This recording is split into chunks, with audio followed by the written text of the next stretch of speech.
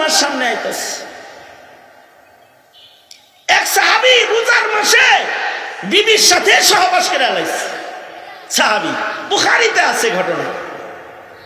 এটাও কম বুদ্ধিওয়ালা সাহাবী, আরবি। এটা রোজার মাসে বিবির সাথে সহবাস করছে। তবে ইমানদার যেহেতু এতটুকুন বুঝে যে আমি তো রোজা ভাঙ্গা লাইছি, গুনাহ নিয়ে তো কবরে যাওয়া যাবে না।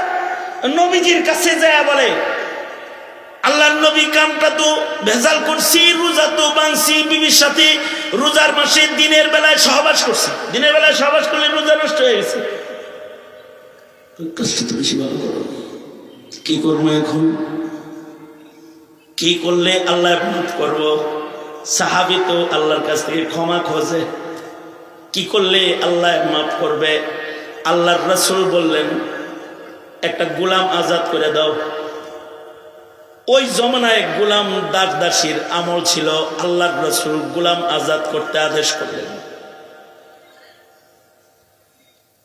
সাহাবী কয়, আমার কোন গোলাম টোলাম নাই, এত বড় জিনিস আমি কেমনে আজাদ করি?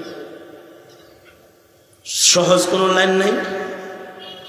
আল্লাহর রাসূল বললেন, ঠিক আছে যাও, টাকা পয়সা খরচ হবে না, সহজ লাইন হলো 60টা রোজা রেখা লাও। সাহাবী কয়, একটা রাখতে যায় কাম বিনাশ করছি, 60টা রাখবো কেমনি? এটা কোনো কথা?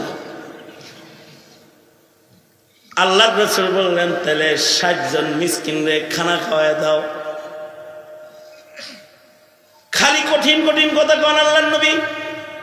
আমি নিজেই মিসকিন, আমি আর একজন মিসকিনরে খানা খাবো কই থেকে, টাকা পাবো কই আমি? তারপরে ক্ষমা আমার লাগবে, আর কোনো লাইন নাই। আল্লাহর রাসূলের কাছে খেজুর আটা বস্তা সুদ্ধা হাদিয়া আসছে। আল্লাহর নবী টোটাল বস্তাটা হের হাতে তুলে দিয়ে কয়, ঠিক আছে, এটা তোরে হাদিয়া দিলাম, এটা তোরে মালিক বানায় দিলাম। মদিনার কিছু গরিব মিসকিন যা আছে ডাক্কা এনে খাওয়ায় দিস। সাহাবী আটার বস্তাটা আর রাসূলের দেয়া খেজুরের বস্তাটা মাথায় লয়া চলে যায় আর কয়, নবীজি, গোটা মদিনা আমার ঘোরাগাড়ি শেষ আছে, আমার চাইতে বড় মিসকিন মদিনায় আর কেউ নেই, এগুলো আমার নিজেরই লাগবো। এই কথা বইলা সাহাবী বস্তা লয়া হাঁটতে চলে গেছে বুখারী শরীফে। আল্লাহর রাসূল সাল্লাল্লাহু আলাইহি ওয়াসাল্লামের বর্ণনা বুখারী বলে, নবী আলাইহিস সালাতু ওয়াস সালাম সাথে সাথে হাসিয়া দিছে। বিচারক যদি হাসিয়া দেয়, হাসিটা ক্ষমার নিদর্শন। হাসিয়া দিলে আর তারে শাস্তি দেওয়া যায় না। তার মানে আজকে হাসলাম, সামনে কিন্তু হাসুন না, মাফ করে দিলাম। আরো আর একটা কথা হলো, মুহাদ্দিসরা বলে রাসূল তখন হাসে যখন আল্লাহ হাসে। তার মানে হলো বান্দারে বাপ দেখা আল্লাহ নিজেই হাসিয়া দিছে। হাসিয়া দিয়া আল্লাহ রাসূলে বলছে, নবী ছেড়ে দেন, এটা মাফ করে দিছি।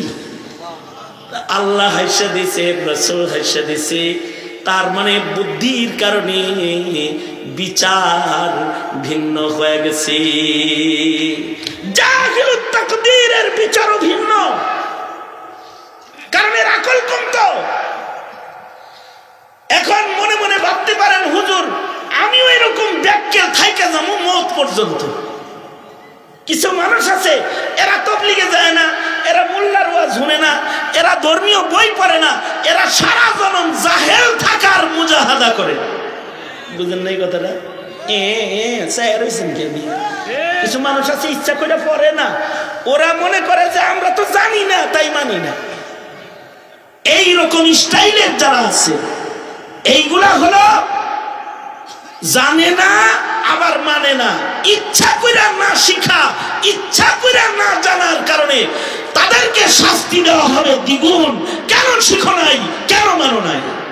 দুনিয়া তো খুব বুঝছো, রাজনীতি বুঝছো, ব্যবসা বুঝছো, দোকানদারি বুঝছো, কৃষিকাজ বুঝছো, ভালো মন্দ বুঝছো, ইসলাম বুঝো নাই কেন?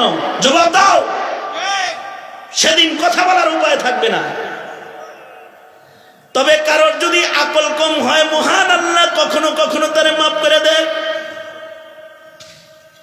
হাদিসে মুসালসাল বিজহিক আছে, আল্লাহ হাইসা দিছে তাই রাসূল হাইসা দিছে, রাসূল হাইসা দিছে এজন্য আব্দুল্লাহ ইবনে মাসউদ হাইসা দিছে, আব্দুল্লাহ ইবনে মাসউদ হাইসা দিছে, তার ছাত্র হাইসা দিছে। হাদিসে মুসালসাল বিজহিক অর্থাৎ আল্লাহ রসুল তখন হাসেন যখন আল্লাহ হাসেন। তার মানে হলো বান্দার আকলের কারণে তার সাথে বিচার মহান আল্লাহর ভিন্ন হয়ে গেছে।